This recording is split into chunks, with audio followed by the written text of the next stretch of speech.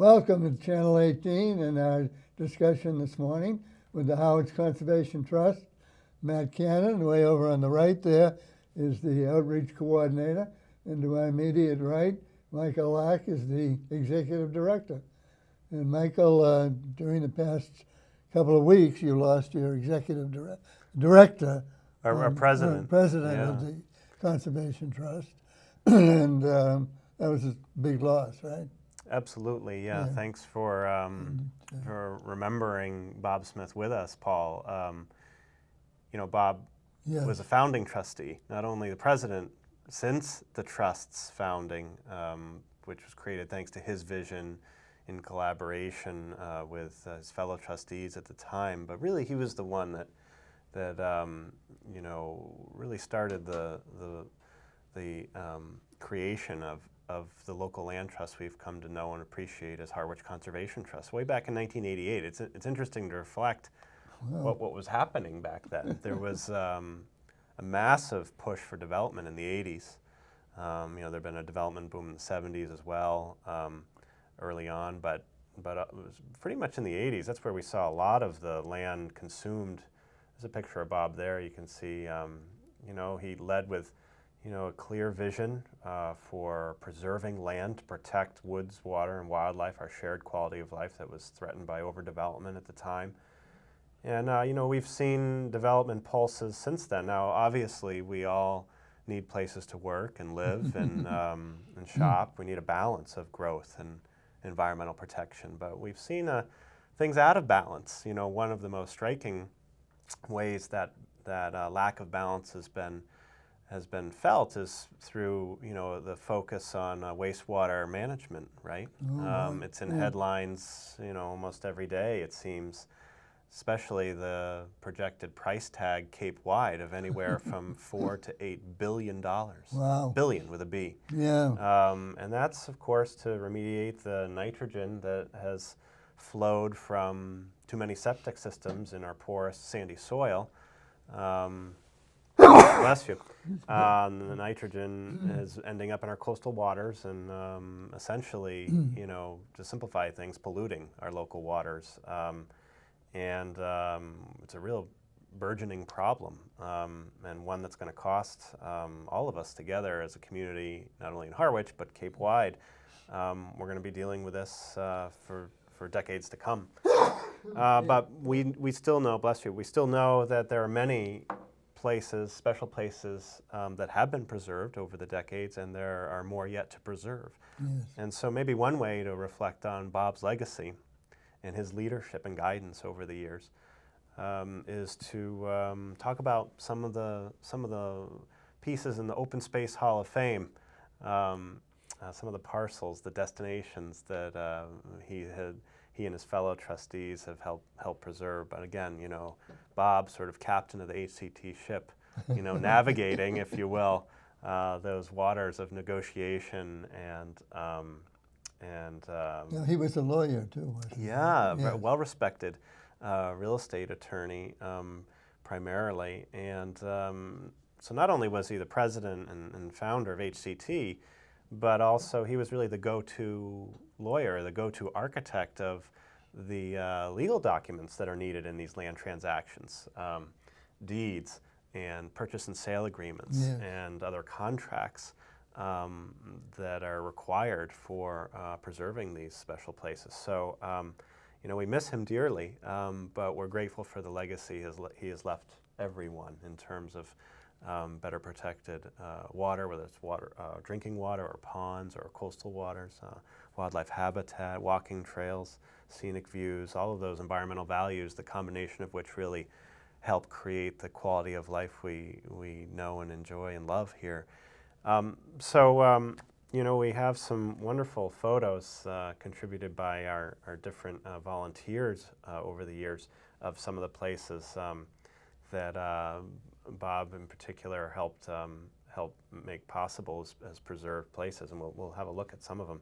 You'll see this beautiful couple images of fall foliage at Coysbrook Woodlands. There it is right there. These couple images taken by Vince DeWitt, wonderful photographer volunteering his talents with HCT. I'll give you a little background on this project right now. This is back in 1997, and the Harwich Conservation Trust, since its founding in 1988, hadn't taken on a fundraising campaign until this point, a fundraising campaign for preserving land. This was before my time. I started with HCT about 15 years ago, around the year 2000, so this is 1997. Harwich Conservation Trust, Bob and his fellow trustees raised what seemed to be quite an ambitious sum, about $225,000, and to preserve this 12-lot subdivision, Wow. now known as the Coysbrook Woodlands, upland neck that juts out into the brackish and salt marsh buffering Coysbrook being the major tributary to the Herring River. Obviously, Herring River, a well-known river herring spawning and migration route to the headwater ponds up in the north of Harwich. So real important to preserve this land for water quality of Coysbrook and the Herring River, also a variety of wildlife habitats, everything from red maple wetland, pine oak woodland, Atlantic white cedar wetland, a globally significant habitat. And lo and behold, thanks to our volunteers, 10 years later after HCT successfully preserved that landscape and then added more lands to it in 1997 and beyond, around 2007, 2008, we launched our vernal pool project with our HCT volunteers, and you're going to see in just a moment one of the critters that inhabit these vernal pools. Look at that, spotted salamander. Beautiful little amphibian. Most of us don't see this creature, even when it's out this time of year breeding in these vernal pools being these sort of temporary bodies of water that fill from precipitation, replenishing our groundwater supply in the winter and spring. And then they tend to mostly evaporate in the coming months towards summer and into summer. But in that brief time where these amphibians are using these pools, they lay these eggs. And maybe Matt can tell us a little bit about an interesting project we're collaborating with scientists on. Yeah. This pool at Coysbrook is it's very active. Those are spotted salamander eggs, and we're actually working with West Coast scientists this time of year to document and monitor some of the vernal pools in town, on town conservation and our properties, to better understand their cycle, their dynamics, what happens when, each year, what are the changes in levels, what are the changes in egg masses. So we're very excited to team with some West Coast scientists this spring, and I'm very excited to see what the data will show. That property, very active, beautiful, by the way, the tupelos and the red maples. If you walk there in the late fall, that's one of my favorite walks in town. And that property is really meant a lot. I know a lot of people enjoy it, walk it. We have a lot of volunteers who walk it regularly. We've worked with Cove Clubhouse and other schools to kind of do guided walks and lopping and interactive volunteer engagement out there. Yeah, and so now you see an image of another gem in town, the 66-acre Bank Street Bogs Nature Preserve, right in Harwich Port. And that's a complicated site. It's got a lot going on ecologically and in terms of stressors on the landscape from past uses. It was acquired by the Trust in June 2001, and it had been a cranberry bog operation for many years. It had been discontinued for a year or two prior to the Trust acquiring it.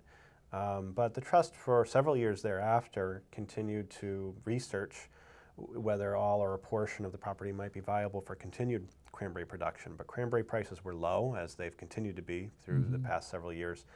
And despite sending out requests for bids to growers across southeastern Massachusetts, there was very little ability of growers to make a viable operation out of the property. So the Trust shifted to looking at the property as more of habitat / wildlife sanctuary, and has been proceeding in that direction ever since.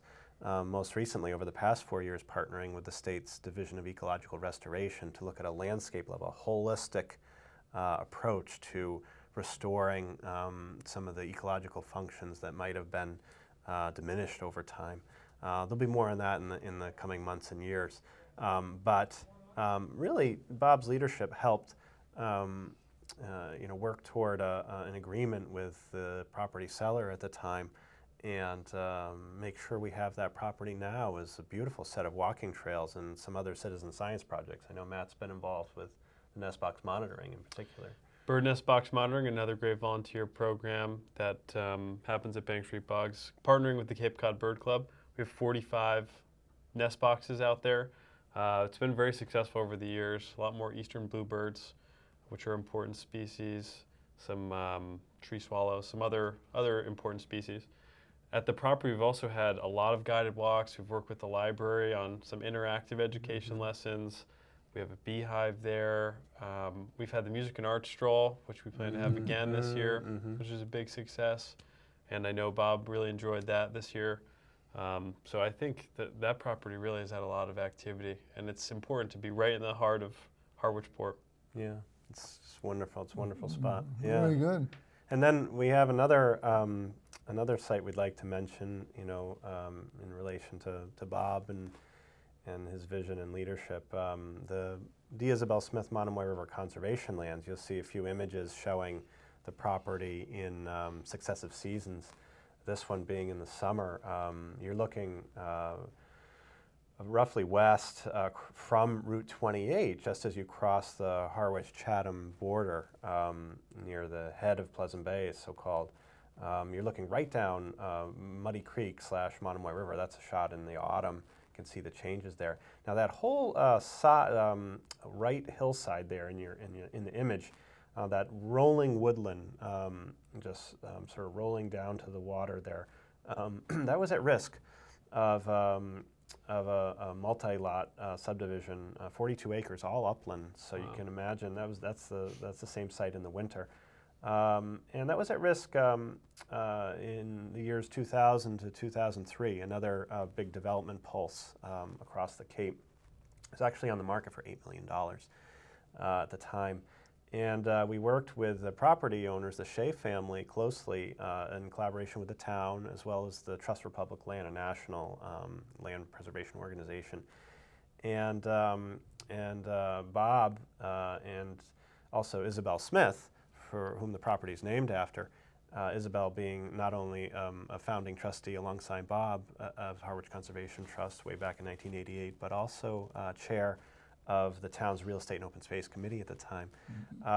Really quite an effort to work on acquiring a purchase agreement with the Shea family. Ended up being $5.875 million, which sounds like a lot, which it is, but it's still less than $8 million for sure.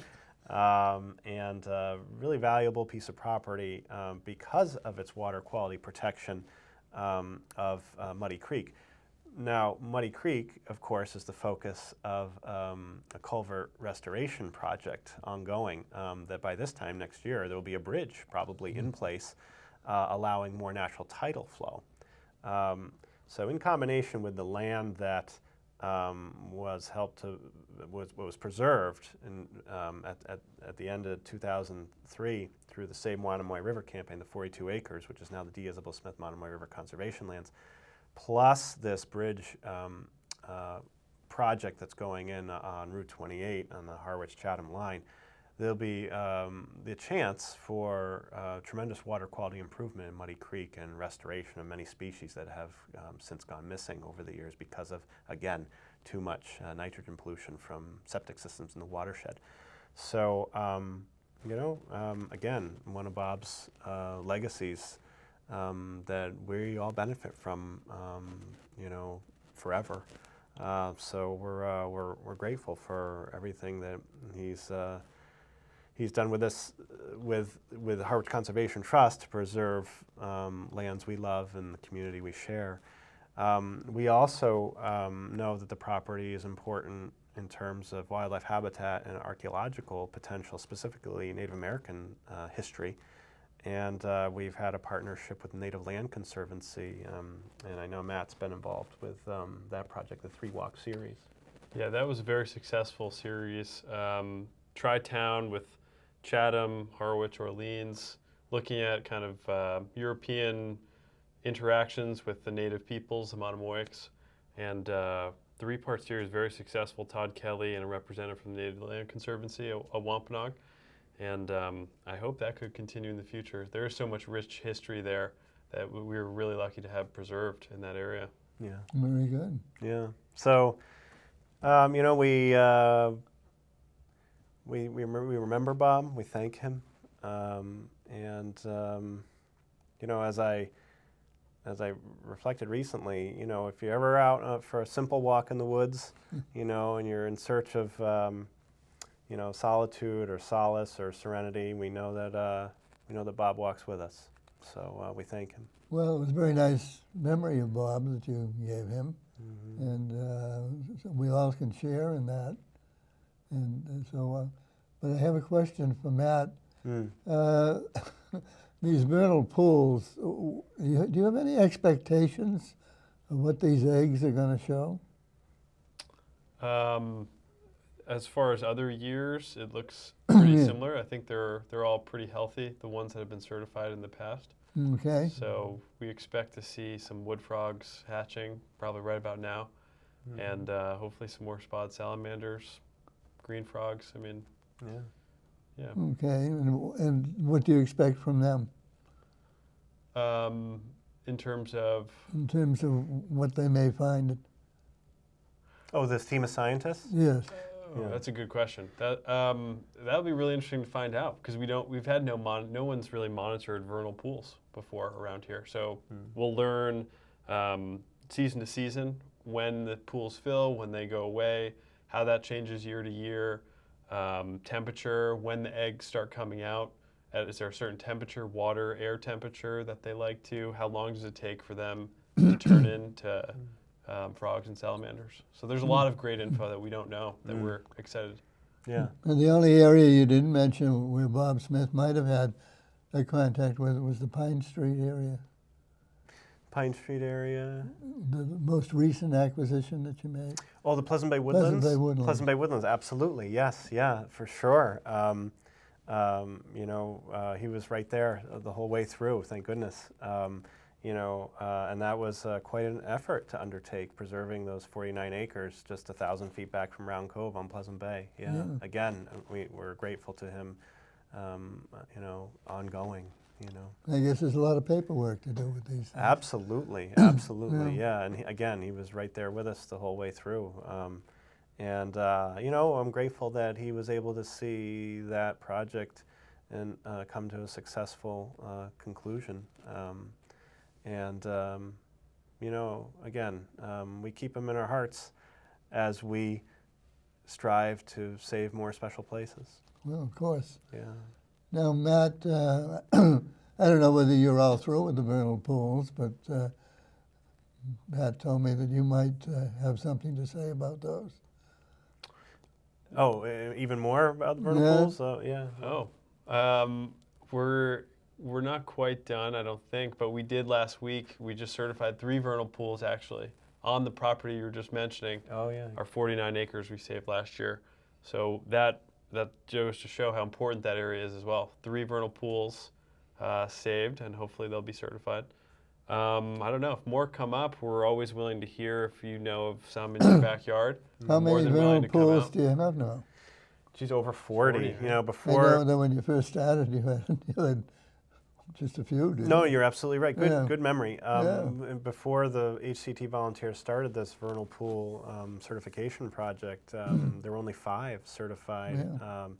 And so that was back in the 90s when those 5 were certified. And then we kicked off this project in 2007, and now we're up to over 40, plus another 3 that Matt and fellow volunteers and the team of scientists went out to certify last week. So it's great. It's great. And, you know, now we're looking ahead. We're looking ahead to another important land protection project coming up at town meeting. If we have a few minutes, could we talk about that? Yeah, was it Article 33 you mentioned? That's right, Article Yeah, 33. Yes, right. yeah, Now, yeah. this is not, the Harwich Conservation Trust is not buying this. You are correct. Thank you for pointing that out. We'll see a map in a moment on the screen. There you go. So Article 33 is coming up on the annual town meeting warrant Monday, May 4th, 7 p.m. right here in the Harwich Community Center gym. And it focuses on the area circled in red. It's roughly 4 acres, owned by the Hall family. Arthur Hall Sr. and his wife Carolyn and their 3 sons have all agreed to sell the 4 acres to the town for $630,000. That matches the town's appraisal, so that's Now, where is helpful. this land? Okay, in context, this land is really the connecting piece between the Cape Cod Rail Trail, the bike path, right? The 22-mile bike path that runs from Yarmouth to Wellfleet, estimated to be traveled by about 400,000 people annually. So busy and scenic bikeway for joggers and bikers, rollerbladers, what have you. So it connects the bike trail on the north to the town's existing 200-plus Bell's Neck conservation land to the south. This is the last stretch of undeveloped, unprotected woodland on the entire West Reservoir. Now, that's amazing. Back in 1966, the town purchased the area in green that you see from Ralph Gaida, which has now become the town's Bell's Neck Conservation Land. So 49 years ago, right? And all that time, there's been this sort of missing link, this keystone puzzle piece. And the Hall family has agreed to work with the town in preserving it. Now, the funds will come from Community Preservation Act funds, okay? Those don't compete with other general municipal funds for important social services such as the schools or emergency response or highway maintenance and other important town needs. This is a separate fund, the Community Preservation Act fund, that's generated by the 3% surtax on everybody's real estate bill, property tax bill. So I just want to point that out because it's... We're all paying for it, but in a different way. In a different way, yeah, and it's not taking away from other important town needs. It's a dedicated source of funding for purposes such as open space preservation, affordable housing, historic preservation, and recreation. This particular application is for open space preservation. And multiple town boards and committees are in support, everyone from the Board of Selectmen to the Finance Committee to the Conservation Commission, the Real Estate and Open Space Committee being the main article sponsor, the Community Preservation Committee, and the Trails Committee. Naturally, Harwich Conservation Trust supports this effort. We'll be able to hold a conservation restriction on the property, which is required after use of Community Preservation Act funds for this purpose. And we're also helping to pay for some of the project transaction costs to take some of the burden off of both the seller and the town. So we're raising some funds to do that as well. And we'll be outside the gymnasium with an informational flyer that has that same map you saw, detailing the importance of voting yes on Article 33. So if you're a Harwich voter, come on out, bring your friends and family, and be part of this really what I think is a historic moment. These opportunities don't come up very often. Al and Arthur and Carolyn's son and I have been working on this project for over 15 years. Wow. Yeah, and so they're super family, and I'm really glad that we've all come together in this common goal of preserving a very special place. So Article 33, yeah, be there. Good. Yeah. Well, thank you for today, and particularly your recollection of Bob Smith. Yes. That was very important. And thank you, Matt, for your discussion about the vernal pools. And we thank you folks for listening and hope that you got greater appreciation for Bob Smith and the work of the Harwich Conservation Trust.